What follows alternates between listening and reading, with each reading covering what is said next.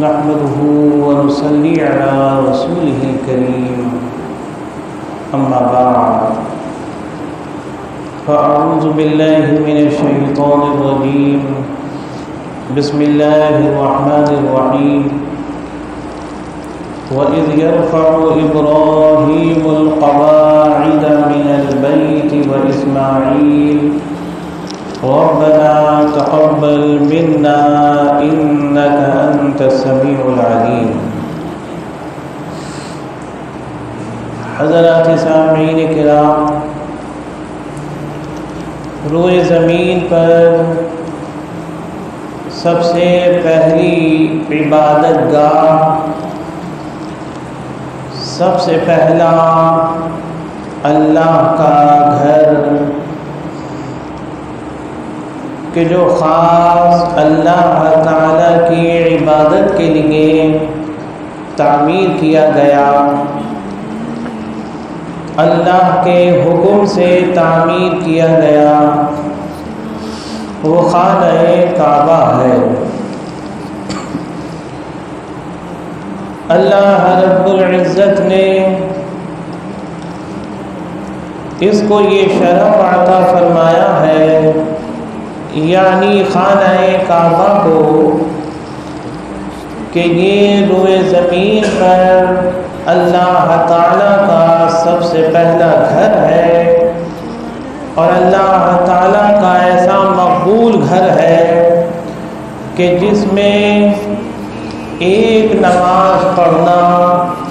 1,00,000 نمازیں ادا کرنے کے برابر ہے۔ اتنا یہ بابرکت اور اتنا یہ مقدس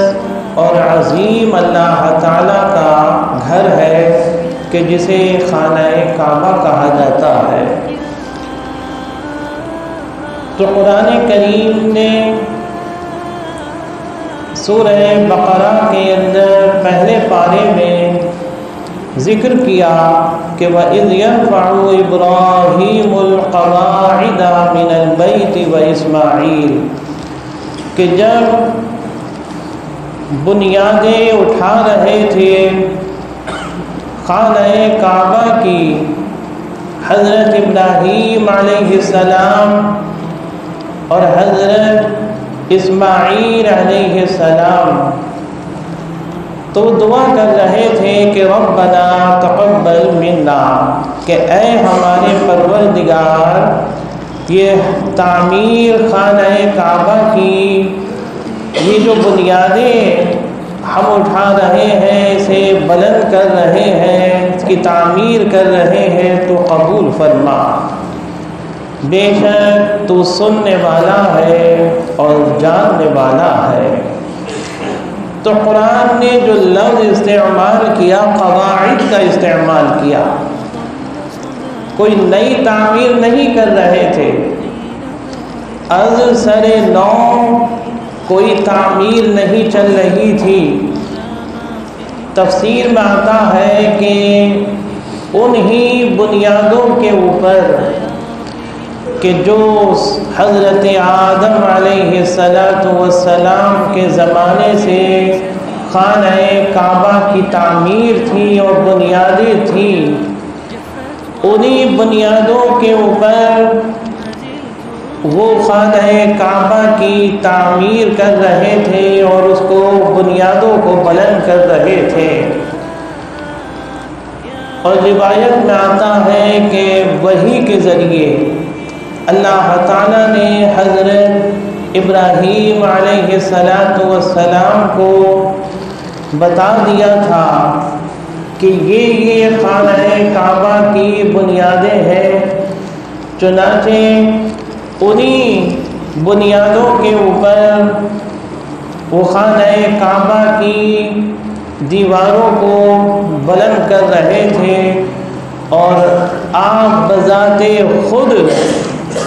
اس کی بنیادیں اٹھا رہے تھے، اور ساتھ میں حضرت اسماعیل علیہ السلام آپ کے معاون تھے، اور وہ بھی اس خدمت کو انجام دے رہے تھے، اس عبادت کو انجام دے رہے تھے۔ جو چیز اللہ سے منسوب ہو جائے، جیسے کہ مسجد کی تعمیر، اور سب سے بڑا گھر اور سب سے بڑی مسجد خانہ کعبہ کہ اس کی تعمیر، تو اس میں ایک اینٹ کا اٹھانا بھی، اگر کوئی شخص ایک اینٹ بھی اٹھا کر ادھر سے ادھر پہنچا دے تو وہ بھی عبادت ہے۔ کسی نے مٹی اٹھا لی اور اس کی مٹی ایک مقام سے دوسرے مقام تک پہنچا دی اس نیت سے کہ یہ مسجد کی تعمیر ہے، اس نیت سے کہ یہ اللہ کے گھر کی تعمیر ہے، تو اس مٹی کے اٹھانے پر بھی اس کو ثواب ملتا ہے۔ اور ایک اور مثال پیش کروں کہ ہم اپنے گھر کی کتنی صفائی کر لیں، وہ ایک انسانی ذمہ داری رہے گی، وہ ایک پاکی اور طہارت کا ایک سلسلہ رہے گا، حصہ رہے گا، لیکن گھر کا کتنا ہی کوڑا اٹھاتے رہیں، صفائی تو کہی جائے گی اسے، لیکن کتنا ہی کوڑا اٹھا لیں، کتنی ہی صفائی کر لیں، کتنی ہی مٹی وہاں سے اٹھا کر پھینک دیں، لیکن ثواب نہیں ملے گا۔ اسی طرح اور دوسرے مقامات کا حال ہے، لیکن مسجد کا یہ معاملہ ہے، اللہ کے گھر کا یہ معاملہ ہے کہ یہاں اگر کسی نے صفائی بھی کر دی، اگر کسی نے جھاڑو ہاتھ میں لے لی اور ایک ہاتھ بھی جھاڑو کا لگا دیا تو اس پر بھی ثواب ہے۔ مسجد کا کوڑا اٹھا دیا اور جمع کر لیا اور اسے باہر پہنچا دیا اور مسجد کو صاف کر دیا تو اس پر بھی ثواب ہے۔ اور امید ہے کہ یہ مٹی، یہ کوڑا کرکٹ جو ہمیں بظاہر نظر آ رہا ہے، کل قیامت کے دن ہمارے لیے نجات کا ذریعہ بن جائے، ہمارے لیے اللہ تعالیٰ کے دربار میں قرب کا یہ ذریعہ بن جائے۔ یہ عام مٹی نہیں ہے، یہ عام کوڑا کرکٹ ایسا نہیں ہے، یہ بھی اللہ کے گھر کا ہے، یہ بھی اللہ کے گھر کی طہارت سے جڑا ہوا ہے، صفائی سے جڑا ہوا ہے کہ ایک اللہ کا بندہ ایمان والا اس کو صاف کر رہا ہے۔ چنانچہ حضرت ابراہیم علیہ السلام، حضرت اسماعیل علیہ السلام خانہ کعبہ کی تعمیر کر رہے ہیں، نبی ہیں حضرت ابراہیم علیہ السلام، اور حضرت اسماعیل علیہ السلام کو بھی اللہ نے نبی بنایا۔ وہ تو یہ سوچیں کہ میں تو نبی ہوں، میں یہ ذمہ داری کیسے انجام دوں۔ آج افسوس ہے کہ ہم اللہ کے گھر کو استعمال کرتے ہیں لیکن اللہ کے گھر کی فکر نہیں کرتے، ہم اللہ کے گھر کی وہ فکر نہیں کرتے جو ہمیں اپنے گھر کی فکر ہوتی ہے، بلکہ اس سے بھی زیادہ ہونا چاہیے۔ یہ اللہ کا گھر ہے، ہمیں اپنے گھر کی کتنی فکر ہوتی ہے، بل کی بھی فکر ہے، لائٹ کی بھی فکر ہے، صفائی کی بھی فکر ہے، کچھ خرابی ہے تو اس کی بھی فکر ہے، کچھ تعمیر ہونا ہے اس کی بھی فکر ہے، لائٹ خراب ہو جائے اس کی بھی فکر ہے، پانی کی بھی فکر ہے کہ پانی کیوں نہیں آ رہا ہے اس کی بھی فکر ہے۔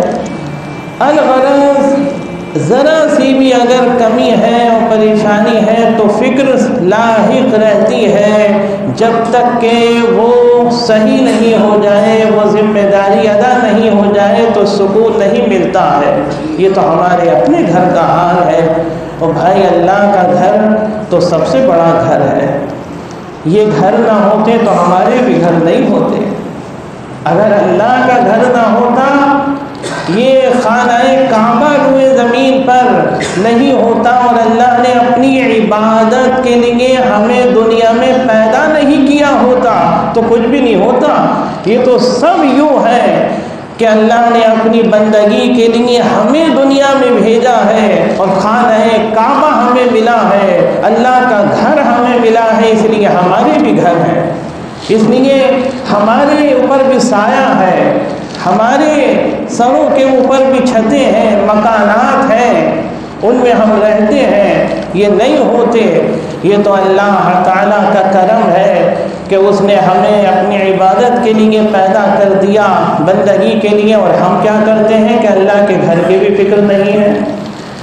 ہمیں اللہ کے گھر کی آبادی کی بھی فکر نہیں ہے۔ دیکھیے رمضان المبارک کا مہینہ رخصت ہو چکا ہے، آج مسجدوں میں جماعت کی حالت دیکھ لیجیے، آج مسجدوں کے اندر نمازیوں کی حالت دیکھ لیجیے۔ میں یہ نہیں عرض کر رہا کہ آپ اللہ کے گھر کو خوب سجا دیے، آپ پیسہ لگا دیجئے، ارے کچھ مت کیجئے، اگر نہیں ہے تو مت کیجئے، افسوس بھی مت کریے، کسی سے مقابلہ مت کریے کہ فلاں محلے کی، فلاں علاقے کی مسجد ایسی ہے، ہماری بھی ایسی ہونا چاہیے۔ مسجدوں کا مقابلہ نہیں ہونا چاہیے، تعمیر کا مقابلہ نہیں ہونا چاہیے۔ ارے یہ فکر کیجئے کہ فلاں محلے کی مسجد میں اتنے نمازی ہیں اور ہمارے محلے کی مسجد میں نمازی کیوں نہیں ہے، ہماری جماعتیں کیوں سونی ہیں، ہماری مسجدیں کیوں سونی ہیں۔ چھپر کی ہو مسجد، چوکوں کی دیواریں ہو، بھلے سے اس پر پلاسٹر بھی نہ ہو لیکن نماز پڑھنے والے ہوں، اگر پتھر بھی لگا ہوا ہے، اگر زیب و زینت کی بھی انتہا ہو چکی ہے اور بہت مزین ہے، اگر نمازی نہیں ہے تو پھر وہ مسجد لاکھ گنا اچھی ہے کہ جو چھپر والی مسجد ہے، جو بغیر رونق و زینت والی مسجد ہے، ایک سادی مسجد ہے مگر نمازی تو ہے۔ پہلے صحابہ رضی اللہ عنہ کے زمانے میں کیا تھا، چھپر کی چھت تھی، کھجور کے تنوں کے ستون تھے، اور مگر نمازی تھے۔ جو بارش ہوتی تھی باہر ویسے ہی اندر بھی ہوتی تھی، سجدہ کرتے تھے تو مٹی لگ جایا کرتی تھی، پیشانی مٹی سے خاک آلود ہو جاتی تھی، مگر نمازی تھے۔ تو بھائی نمازی پیدا کریے، نمازی بنائیے، اور خود بھی نمازی بنیے، اپنے ارد گرد کے لوگوں کو نمازی بنائیے۔ رمضان چلا گیا، ایسا لگتا ہے کہ نمازی بھی چلے گئے، رمضان آئے گا نمازی بھی آ جائیں گے۔ میں نے آخری تراویح کی ادائیگی کے بعد یہیں پر عرض کیا تھا، جو بھی ہمارے نمازی حضرات تھے اس میں، تو میں نے یہی عرض کیا تھا کہ بھائی اب چاند نظر آنے والا ہے، کل کو روزہ ہو جائے گا 30واں مکمل اور چاند نظر آ جائے گا مغرب پر، تو شیطان آزاد ہوں گے۔ یہ مت سوچنا کہ شیطان آزاد ہوئے ہیں، ہم بھی آزاد ہو گئے عبادت سے، ہم بھی آزاد ہیں اب نمازوں سے، ہم بھی آزاد ہیں اب اللہ کی ذمہ داری سے۔ ہم آزاد نہیں ہیں، ہمیں تو یہ عبادت انجام ہر دن دینا ہے جب تک ہماری سانسیں ہیں۔ رمضان 1 مہینے کے لیے آیا تھا، وہ چلا گیا، پھر انشاءاللہ آئے گا، اگر زندگی رہی تو نصیب ہوگا، لیکن نمازیں روزانہ ہیں، نمازیں روزانہ ہیں، نماز روز ادا کرنا ہے۔ تو یہ مت سمجھنا کہ چاند نظر آ گیا تو ہم بھی آزاد ہو گئے، شیاطین آزاد ہوتے ہیں۔ اللہ تبارک و تعالی ہمیں سب کو ہدایت نصیب فرمائے۔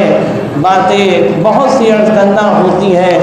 لیکن کبھی دل چاہتا ہے تو وقت کی گنجائش نہیں ہوتی ہے۔ اللہ تعالی ہم سب کو ہدایت دے اور آئندہ پھر عرض کرنے کا موقع بھی نصیب فرمائے۔ آمین و آخر دعوانا الحمد۔